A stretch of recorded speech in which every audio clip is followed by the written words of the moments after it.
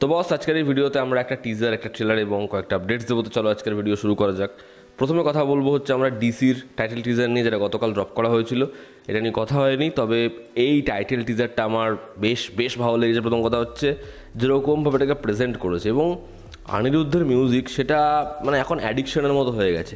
সালা শুনতে কী যে ভালো লাগে। আমি কতবার যে কালকে ওই কিংয়ের অ্যানাউন্সমেন্টে চালিয়ে দেখছি শুধুমাত্র ওই মিউজিকটার জন্য। পরবর্তীতে যে সালা বানিয়েছে কি, ওটা কি বলছে, হেভি। এবং এখানেও যেভাবে এই সাউন্ডটা ডিজাইন করেছে বেশ মস্তির লাগে।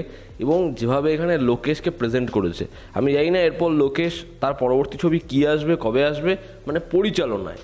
তবে এখানে লোকেশকে যেরকম দেখতে লাগছে অ্যাজ দেবাদাস, সেটা হেভি লাগছে। যেরকমভাবে হাতে চপার নিয়ে সে করিডোর দিয়ে হাঁটছে, হেভি লাগছে লোকেশকে দেখতে। এবং যেরকমভাবে মিউজিকটা চেঞ্জ হচ্ছে, আর অপরদিকে ওয়ামিকা গাব্বিকে এত সুন্দর দেখতে লাগছে, যেরকমভাবে তাকে প্রেজেন্ট করছে ভালো লাগছে। ওয়ামিকাকে ম্যাক্সিমাম ছবিতেই ভালো লাগে, সে যেরকমভাবে কন্ডমটা নিচ্ছে, এদিকে সে চুলটা বাঁধছে, এদিকে লোকেশ সে মুখটা মুছছে, দুজন যেরকমভাবে আসছে, রুমের মধ্যে রয়েছে, ওকে রিফ্লেকশনে দেখা যাচ্ছে।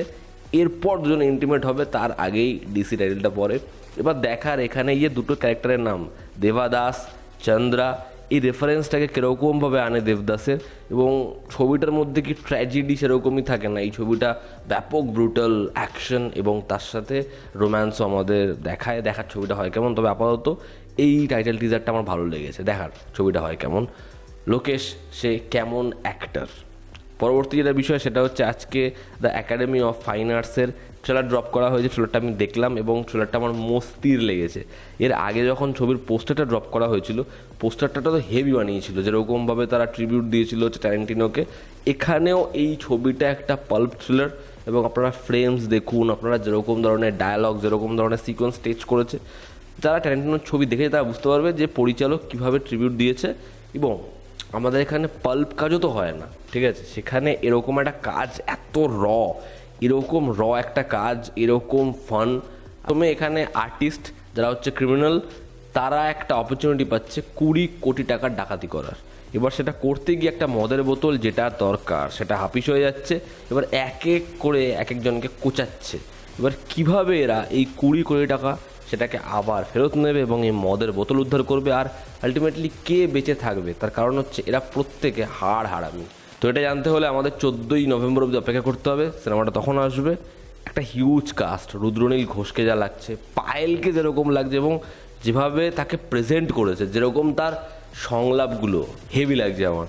সৌরভ দাস হচ্ছে এই ট্রেলারের জান। এখানে ঋষভ থেকে শুরু করে, এখানে সুদীপ থেকে শুরু করে প্রত্যেকে খুব ইউনিক ওয়েতে প্রেজেন্ট করেছে। প্রত্যেকটা চরিত্রের কিছু করার আছে এবং ট্রেলারের রনেস, ট্রেলারে যেরকমভাবে দরজার মধ্যে বাড়ি মেরে মাথা ফাটানো হচ্ছে বা মুখের মধ্যে বোম ঢুকিয়ে দিচ্ছে বা কোচাচ্ছে, ওই সিকোয়েন্সগুলো যেরকমভাবে দেখিয়েছে, মুখের মধ্যে খালি রক্ত ছিটেই যাচ্ছে।